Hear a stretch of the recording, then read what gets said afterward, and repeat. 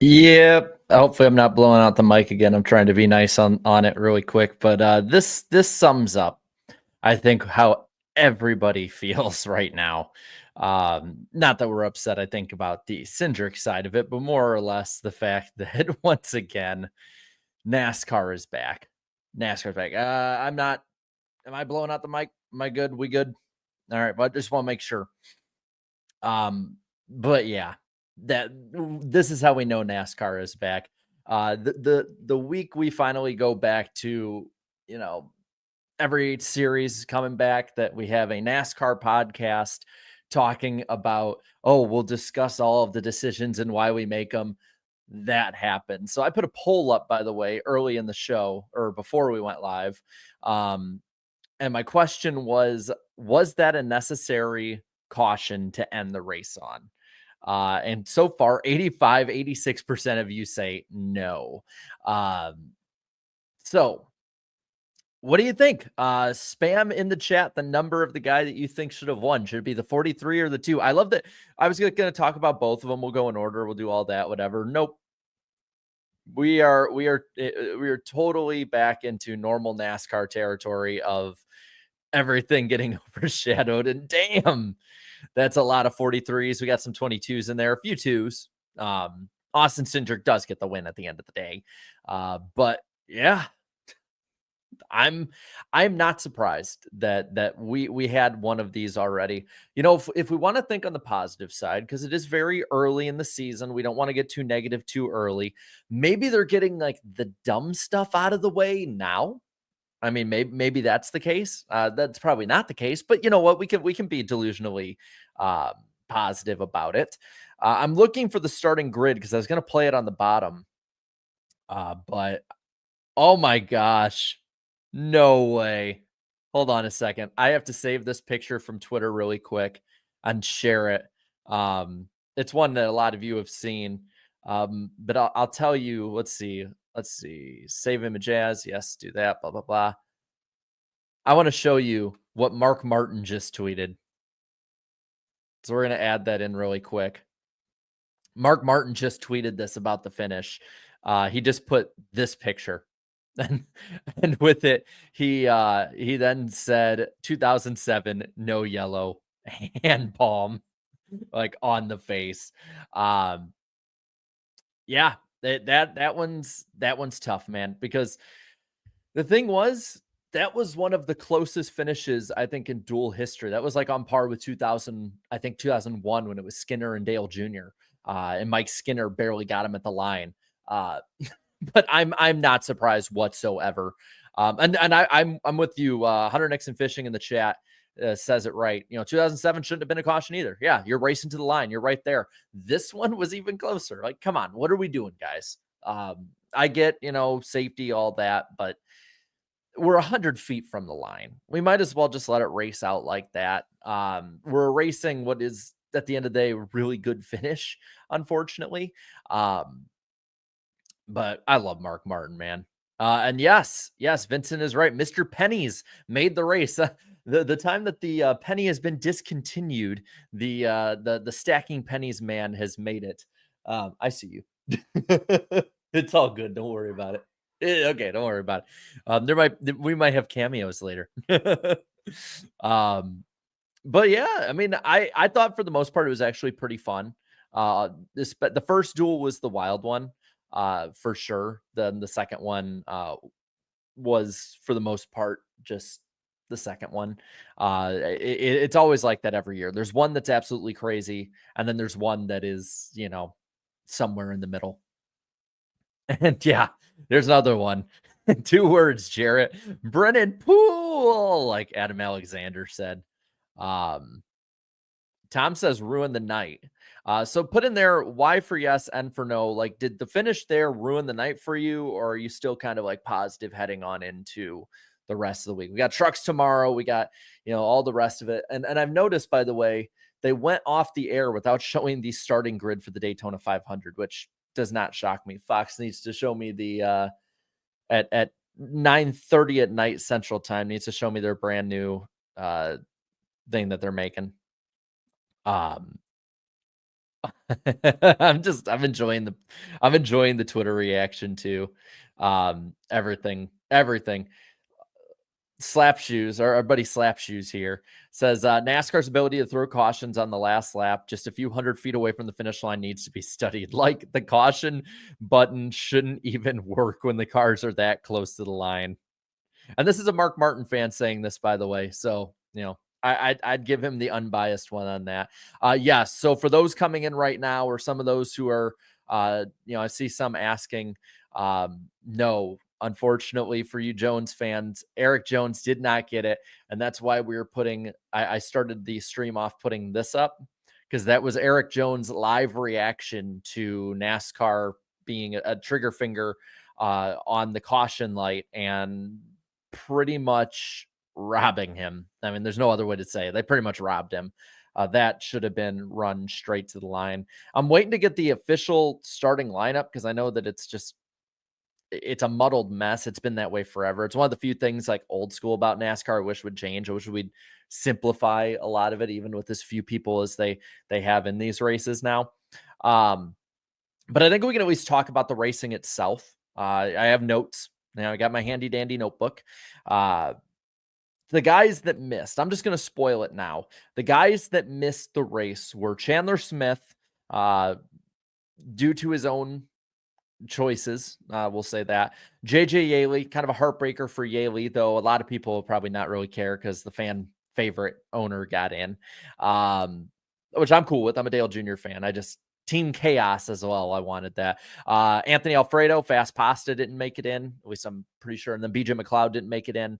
And then we do have a provisional. So by the way, we will have 41 starters for the Great American Race this Sunday, the biggest Daytona 500 field since 2015. And I know a lot of those people in the chat might not be crazy about this, but you got to remember who also won that one. It was Joey Logano. And part of me is kind of like, man, if that happened again, Team Chaos. But put it on in the chat. I'm seeing some people leave their score out of 10. By the way, we won't do the poll. We only do that for the Cup race. But give me your score out of 10 for this race. I'm very curious for both of them, I guess. Leave them for both if you want. I'm curious what you guys think, because I honestly thought the first duel was pretty fun. Granted, you had the issues that basically made it so they didn't have to you didn't have to like save gas and pit the way that you did in the second one. But the second one was, I think, what we're going to see a lot of on Sunday. If I had to guess, a lot of people putting 7s, 8s, some 4s. Let's see. Yeah. I mean, the finish definitely, I think, muddies the water for a lot of people. On it here. But this is kind of actually Noodle 69 here. Kind of, you kind of have it wrapped up what I'm seeing the most of in the chat, like 8 out of 10 for the first one, 7 out of 10 for the second one. I know a lot of you probably coming on in who are used to these post races. The duels, we always do it different. So if it feels different, that's why. But let's kind of look into it. I was worried at first that rain was going to be a big issue starting this thing off, just because we had seen a lot of that. We'd seen the radar, which, by the way, I should let you know the forecast for Sunday looks a little bit better, and there's context to that. I'm just watching. I should just turn the camera around. I wish I could, but it would fall off. But broken gamer X here saying, yeah, it was pouring. It was the meme of Daytona being flooded was alive and well everywhere today. But kind of talking about this first one, there were a lot of issues beforehand, even with the practice session. So you know what that means? Instead of like the Christopher Bell route of being like, oh, we shouldn't have as many practices, or we shouldn't have that practice. We should have more practice to make sure that Chase Elliott's brakes are okay, that Ryan Preece doesn't have to have the hood up before the race. Same with Ross Chastain. Early before Duel 1, there was some stuff going on. Let's see. Show Mark Martin's tweet. I'll show you just what he tweeted, the picture he tweeted. It, if that's good enough. That's what he tweeted. Where it's basically like, still green, still stayed green. Live reaction. But the race itself, early on, immediately, tire goes down for Zane Smith, and you kind of know, like, all right, here we go. It's going to be one of those kind of duels, one of those kind of nights going on in. By the way, we'll read super chats and member chats and all of that after we talk about the race itself. And if I can find the starting grid or like a graphic for it or something, that I would like to. Unfortunately, Fox went off the air. Well, here you go. I'll save this image and then put it in a moment. We got the Duel 2 finishing order, the exact finishing order for it.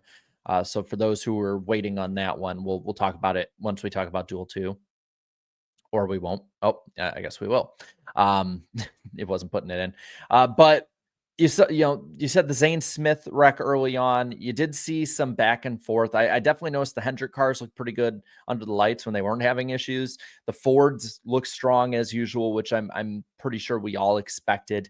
But again, we had even more issues. Chandler Smith in that 66 machine, who was subbing or basically stepped in for an old and denied Mike Wallace, ends up bringing it all the way up to the third position, then tries to self-clear himself in front of, I believe, Justin Haley. And due to that, sends himself up into the wall, starts a big crash, collects the monster cars, collects the 7, collects the 44, 23, 71. Not all these guys had really bad damage, but collects Elio Castro-Neves. And that 91 Wendy's machine, looks all right enough. Definitely some damage. Probably was going to bring it behind the wall to kind of play it safe just to begin with. There's no reason to probably keep him out there after the damage that he suffered. But as he's coming back around, the wreck being in 1 and 2, as he's coming back around, he kind of like straddles the line of the apron and the racetrack right over that double yellow line, and biffs it head first into the wall. 2012, I believe, Michael Waltrip style when he was in the 40 car. I know he probably had some stuff broken that didn't help either, but I mean, you can see it's like that just looked bad. I definitely think that he'd probably be better once he's in the 500, maybe even have a little more practice time, stuff like that.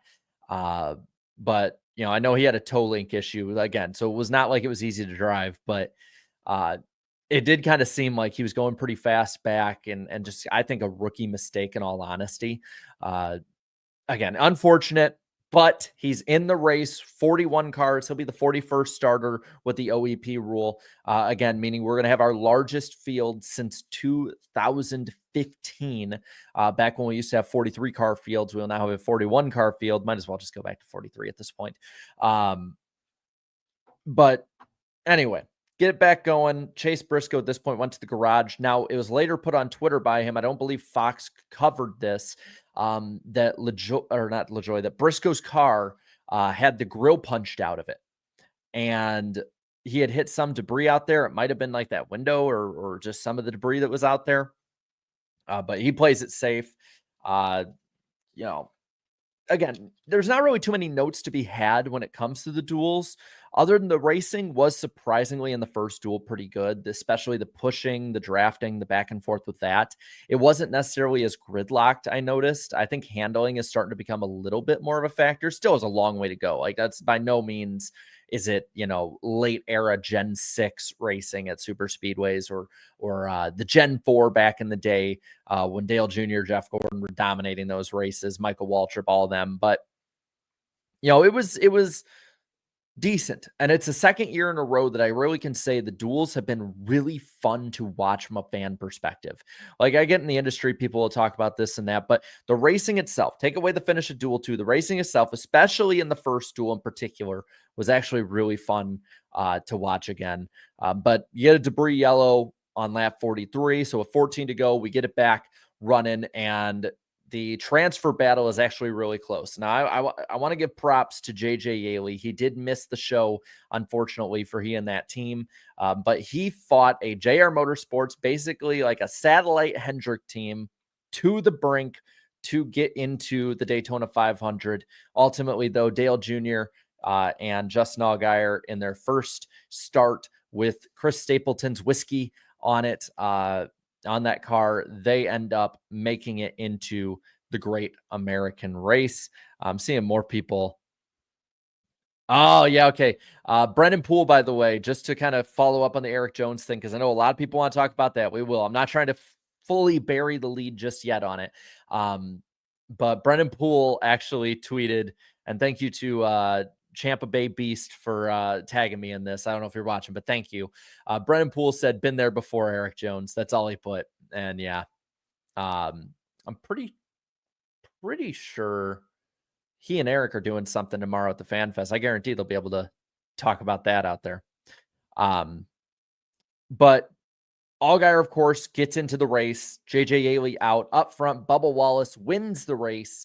Bubba, I think, is going to be very strong come Sunday, especially later in the race when the conditions are more similar to what we had tonight.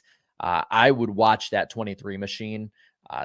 They very well could win this race. And it'd be amazing after all the news surrounding NASCAR and the charter lawsuits and, you know, doing the appeal or counter or whatever back and forth right before Daytona 500 qualifying. A bunch of news came out about that today with Jenna Fryer from the Associated Press. She put out a pretty good article. I made a video about it. The article's in the description if you want to read it.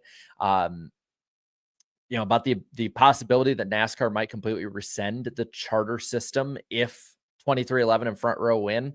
So again, Team Chaos is like, if Bubba Wallace or Denny Hamlin or Tyler Reddick won this race, I wouldn't necessarily be upset. I'll just say that. Plus, I picked Bubba Wallace to win, so I need the bragging rights a little bit.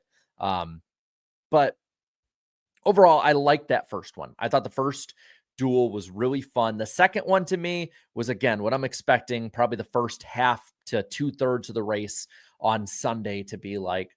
I'm expecting it to be like that. I mean, I had like 2 lines on my notebook of notes for the first 35 laps. It was the race started and they saved at the pump. You know, they saved at the pump. Then the only thing after that is the 84 pitting early, because Jimmy Johnson luck after 2016, like his deal with the devil ended when he won that 7th championship. But honestly, like, again, I feel for Jimmy fans in the sense that, like, it sucks to see your driver suck and not have good luck. But at the same token on it, y'all won 7 championships. You can go back and watch 7 races where at the end of the day, you're a champion. So it's not terribly bad. It's kind of like, I saw that video of this kid who was a Chiefs fan crying because they didn't get a 3-peat and win like the 4th Super Bowl in his lifetime. And I'm just sitting there like, yeah, that'd be really freaking nice. You know, that'd be really nice, or 3rd or whatever. I don't care about, I don't know enough about them to care. But then we actually started getting the interesting part in. Around lap 45, they start pitting. The 5, 11, and 42 are speeding under this. That probably saved them from being in the middle of the pack when they had that stack up that sends Alex Bowman into Suarez and Brad Keselowski. They all crash. Pandemonium breaks out, and we have a 7-lap dash to the finish with the 17, the 2 up front. Again, the Fords were very strong, especially in stage 2. I think at one point they had like 8 of the top 10, and it was like the top 7 were all Fords. Again, very, very solid night. And I'm looking forward to what the finish can be, because I do think this track wearing down the way it is can definitely be a lot better than it has in the past. I did the math on it because, like, Daytona, I think, has only been repaved twice, 1979 and then 2010 into 11. So the track right now is basically, if you're looking at like the old surface, is where the track was in like 94, 95. So we still have a lot of time to reach big bumpy Daytona that's having potholes and stuff like that. Like, we got about 10, 15 years for that. But this track, I think, is going to start getting into that handling kind of golden era almost, which I'm really looking forward to, because we have an entire generation of fans who does not know what Daytona was like pre 2011. I mean, you got to think about this. When Daytona was repaved, like there are 16-year-olds right now who were born the year that Daytona got repaved. So there's an entire generation that will slowly be able to see what a lot of us saw growing up or a long time ago, stuff like that. And you were starting to see it in qualifying with how rigid the setups were. You could see just how bumpy this track has gotten. I think it's going to be even better as the years come, personally. But anyway, we get it. You know, they're the racing back, should be racing back to the checkered. Unfortunately, it was to the yellow. The 22 and the 2 were pushing up front. Those Fords again, man, they are going to be 14. That's 14. Okay, whatever. It's a same difference. All right, same difference. Because you're old. Anyway, they race back. The 43 gets a run. They're side by side. The 43 and the 2 at the white flag. Jones looking actually pretty decent out there. And it looks like he wins as there's a big ass wreck behind him. Yellow flag is out though. And so we're having to review this damn thing. Because of course we are. It's that early in the year. Jones is out there. He grabs the checkered flag. He's sitting there waiting for an interview. I like that one. He's sitting there waiting for an interview. And then they deliver the bad news to him like, yeah, buddy, actually, you didn't win. You didn't win. So, you know, sorry. And so afterwards, after like an awkward interview, Cindric then goes up to get the flag, but the flag is gone. And it's just NASCAR in a nutshell. It's either really damn awesome, really controversial, or both. And tonight we got both. We're starting the season off on a normal NASCAR footing. Again, I am so shocked. So shocked. I like that. Yeah, dude, where's my flag?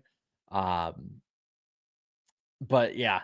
So I wish I had the starting lineup. If anyone knows, by the way, where they put the starting lineup, I can read it off to you at least. But at least to show you the way that they finished it. This was the finishing order for duel number 2. Top 15 on the left-hand side, 16th through 22nd on the right-hand side. So Cindric, Jones, Buescher, Hamlin, Logano, LaJoie makes it in.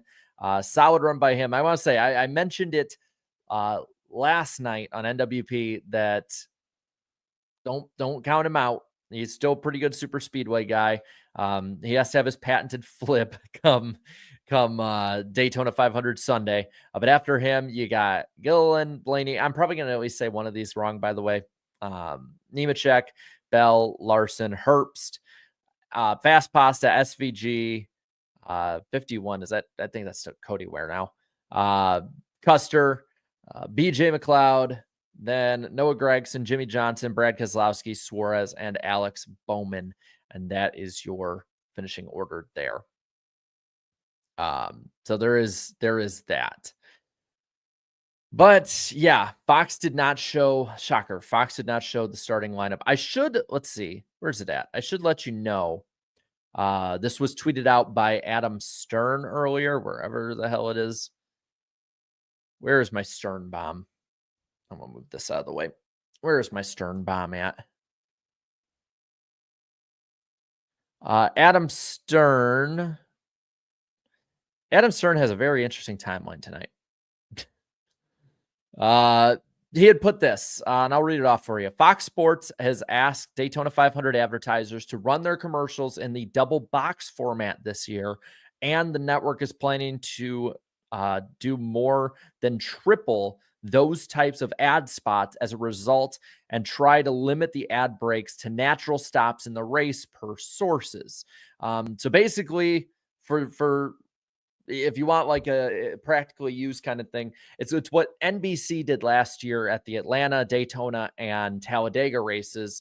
They're trying to get to that model with the Daytona 500, which is a no duh, should have happened a long time ago kind of deal. For all the problems that Fox has, I actually am pretty happy with that if that is the case. The Daytona 500, in my opinion, should never have a green flag lap under commercial. We're in a different era than we were in 2001. We're in a different era than we even were in 2016, let alone 2001. So basically, it'd be side-by-side commercial breaks instead of full screen is what they would want to do. So I would really, if they do well at that, I would praise them so that they at least know. I wouldn't be surprised too if that's what they end up doing with the Indy 500 when they have it. I know Kevin Harvick, they just announced today, will be on Indy 500 broadcast. But yeah, I mean, rare Fox W, maybe. The Fox coverage tonight was not very good. Like, there were people that were like slamming headfirst into the wall that they didn't even cover, and you could see it clearly on the screen, and it was being better covered by people on Twitter, on X, whatever you want to call it. They missed a lot of stuff, zoomed in at a lot of different times. Mike Joy got a few names wrong, which is par for the course at this point. It was not a stellar showing by Fox by any means. You can definitely tell that their minds and hearts are on IndyCar right now. They didn't have to pay as much for IndyCar though, and it's a better deal. But yes, there was a Fox W. At least with that one. Real quick, let's get to the super chats to finish this thing off. There were a good number of them that were before we went live, so I'll have to switch to a different screen to read those. Steve O for the 5 says JRM's in. Hell yeah. I know a lot of people are probably saying Dale, yeah. If you're happy for Justin Allgaier and JR Motorsports getting in, how about you spam Dale yeah in the chat? A little throwback to 2013, 14. So go on and do that if you're happy to have that 40 car with Chris Stapleton in the field. Raise hell, praise Dale. Yep. Bobby Blair with the 5 years says, damn, Junior was emotional. All their hard work paid off. Congrats to JR Motorsports. Yeah, I mean, he looked like a little kid out there. He looked like how he did when they won the championship, which it's such a big deal probably for him and his sister as owners, seeing how that team, I think, has been in the Xfinity Series since 2005 or so, right after they had Chance 2. Blake here for the 5 says, a full screen commercial with 12 laps to go is not acceptable. At least do a split screen. Wonder if that's why we had a debris caution. I agree with you though. Yeah, it is unacceptable. And I'm hoping that if they have a side-by-side, if they have side-by-sides, that it's late in the race as well. If they have a commercial that's side-by-side, because you're right. It's unacceptable. Steve-O with the 2 says Roval 2.0, too early in the year for this NASCAR. Yeah, their new production that they have for podcasts, Hauler Talk, will be very fun tonight. This week. I can tell you that. Hunter Nixon Fishing with 5 here says, stupid officiating again. Glad we didn't see any train racing like we normally do in the duels. Well, we basically saw gridlock 2x2 for a lot of it. Timmy Wolf, thanks for the 22-month member chat, says Jones got robbed. I agree. SW here says Duel 1, Absolute Cinema. Do the meme, Absolute Cinema. Duel 2, disappointment in the game of life. 2 more here before I can start popping them on screen for y'all. Steve-O with 5 says, last one, NASCAR causing drama so they have something to talk about for the new officiating podcast coming out. Angel Hernandez at it again. Maybe that's what it is. It's all a plot to get us to listen to their podcast, which I hope doesn't turn into a giant fluff piece every week. Where are you at? You'll find out in a moment. Twin Spinner here with the 2 says Fox camera work top notch as always. Yes, and I can put that in here now. Yes, top notch as always. Let's see. TJ with the 2. Need a caution line at the exit of turn 4, please. Yeah, just one that we can be like, hey, no caution after this point. I agree. Austin says, at super speedways, there should be a rule that says the following. If the leaders are in the tri-oval, they race back to the line. That caution was bad. I agree. SK Ables for the 5. What a great photo finish at the line. Oh, wait. NASCAR throws BS cautions. Yeah, they're not going to hear the end of this one for sure. Mr. Penguin for the 5 says the Kroger cards are so alike. I thought, oh no, Keselowski strikes again. Rolling with the 2 here. Burn Rubba praise Bubba. If I can speak, I can't speak to save my life. Austin says Mike Joy has lost his fastball. Makes me sad. Yeah, he definitely has. He's still decent. I think he'd be good the last couple years at Fox. I've said this before. I think he'd be great as like a studio host in the pre-race show, similar to what Chris Myers does a lot, and similar to what like Ken Squire did for the early Fox broadcasts as well. I think he'd actually be pretty good with that. Reverend Rasheem Hall Stewart, who is your biggest underdog for the season? Honestly, if they can put up and have a good run during the year, I honestly think Legacy Motor Club would be up there, at least with Jones. I don't know about Nemechek, but Jones, if they're able to have some improvement, could you count Carson Hocevar? Maybe. I think that he's somebody who can pop up and just have a really good run. Guys like that. It's very hard with how close the field is to have legit underdogs unless they're, like a super speedway race, like a Corey LaJoie. Like Corey LaJoie would be a real underdog to win on Sunday.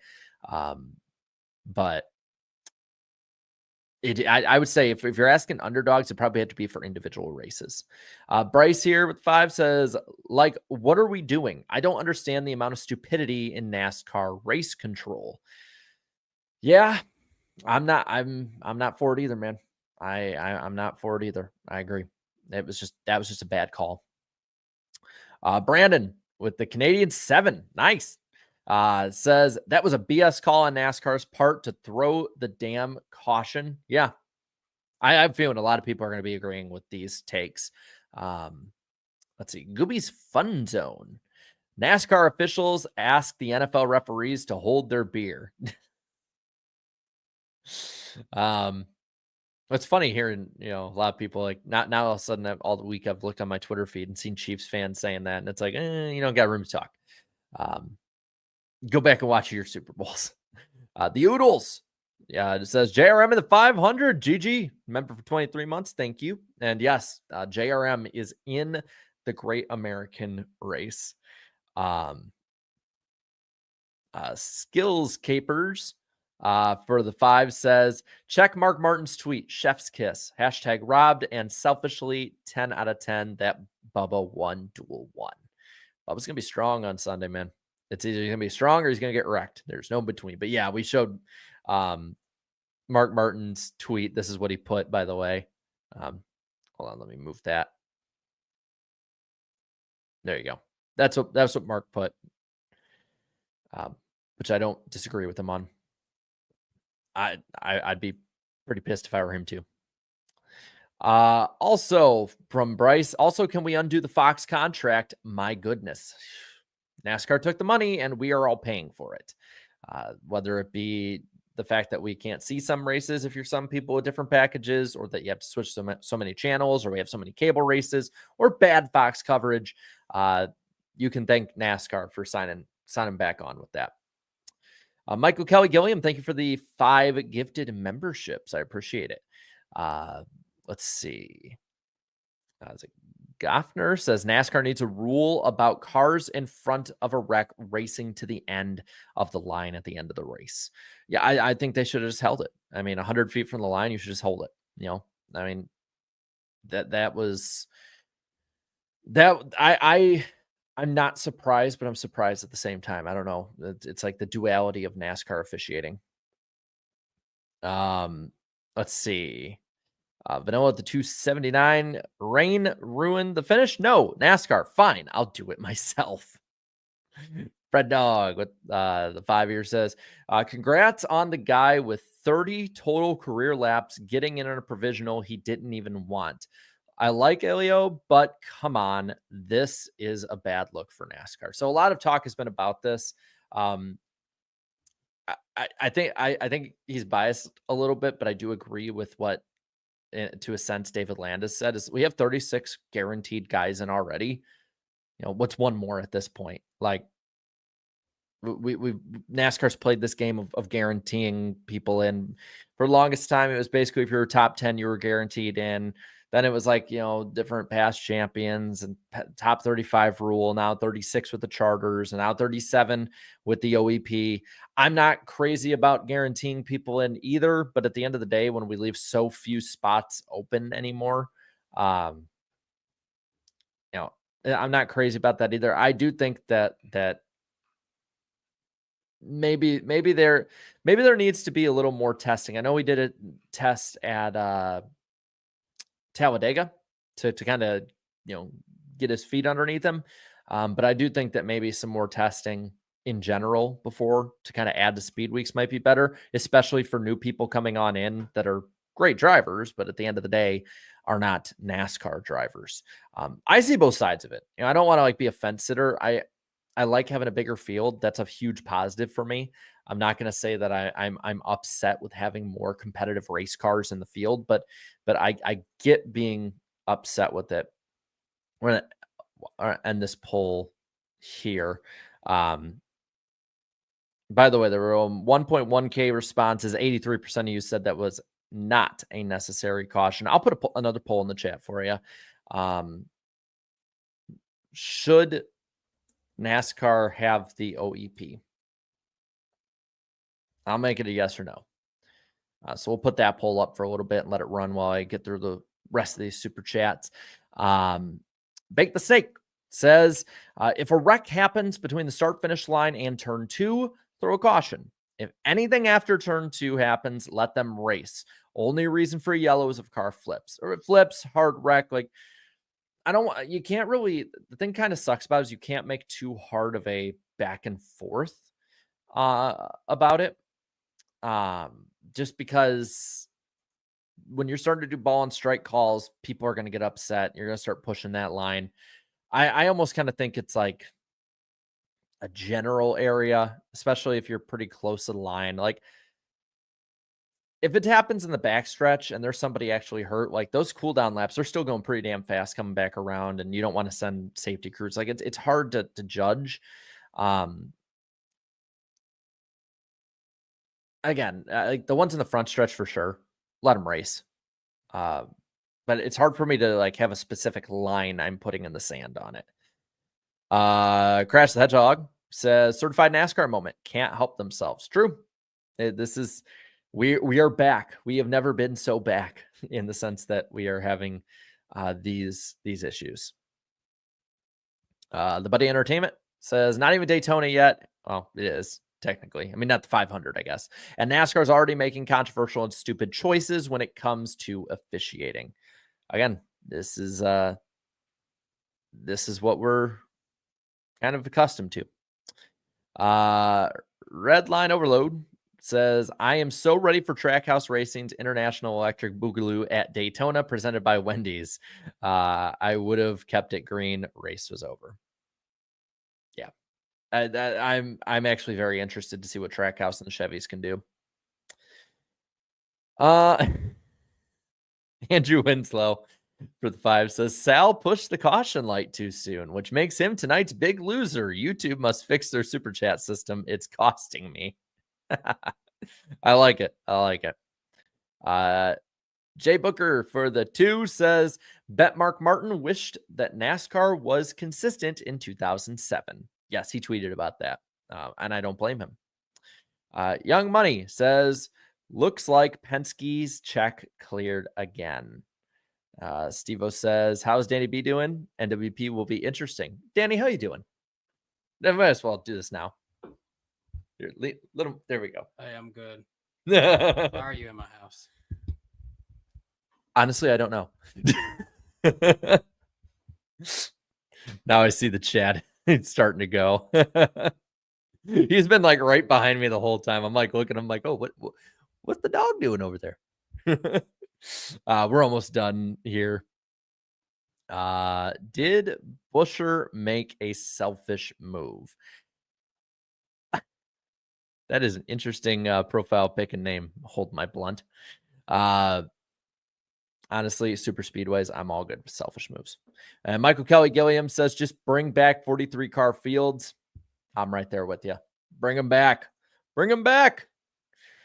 What is the OEP? It's the it's basically the provisional that allows, you know, outsiders and the AI sucks. What is that picture? I know that's gonna be the fun part this year, putting them on screen. I'm gonna have to be reading beforehand.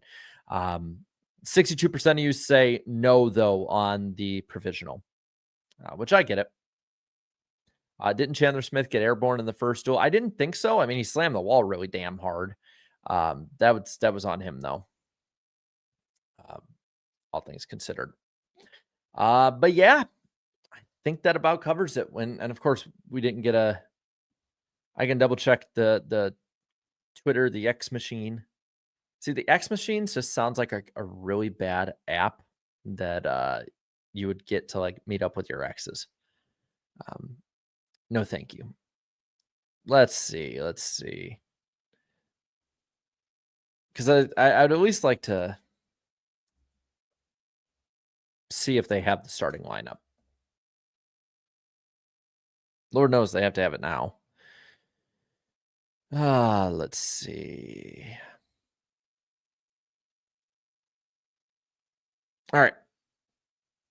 I think they got it. Yeah, starting lineup for the 2025 Daytona 500. I'll read this off and then we'll finish off the night. If anyone leaves super chats or anything like that, I can look. But we'll just go from first on down. First is Chase Briscoe. Second, Austin Cindric. We locked that in last night. Third is Bubba Wallace. Then Eric Jones fourth. Fifth, William Byron. Chris Buescher sixth. Seventh, Ty Dillon. Eighth, Denny Hamlin. Ninth, Ross Chastain. 10th, Joey Logano. After that, 11th, Tyler Reddick. Corey LaJoie in the 12th spot. Then AJ Allmendinger, 13th. 14th, Todd Gilliland. 15th, Austin Dillon. Ryan Blaney, 16th. 17th, Chase Elliott. John Hunter Nemechek, 18th. Then Justin Allgaier and Christopher Bell make up 19th and 20th. We got a row of Kyles here. Kyle Busch, 21st. 22nd, Kyle Larson. Then Ty Gibbs in 23rd. Riley Herbst, 24th. So we got two monster cars next to each other, right behind the two Kyles. Then Michael McDowell and Shane Van Gisbergen share row 13. Row 14, Ryan Preece and Cody Ware. Row 15, Josh Berry and Cole Custer. In row 16, we got Martin Truex Jr. and Noah Gragson. Row 17, Ricky Stenhouse Jr. and Jimmy Johnson. Row 18, if I'm doing math right, is Carson Hocevar and Brad Keselowski. Row 19, Justin Haley and Daniel Suarez. Row 20, Zane Smith and Alex Bowman. And then last in the field, getting the provisional start, is Elio Castronenvez in the 91. So there is your starting lineup. We will be live tomorrow night after the truck race, Saturday night after the Xfinity race. Pre-race, I'm going to just say screw it. We'll do a pre-race 1 hour stream before the Daytona 500. And then right after the Daytona 500, we'll be live as well. So we'll be on a lot this week. Speed week is a busy week, and I am A-okay with that. Cannot wait to see you all there. And, well, you know, we'll go from there. All right. Have a good night, y'all. Bye, Later. guys. Danny says bye if you can't hear him.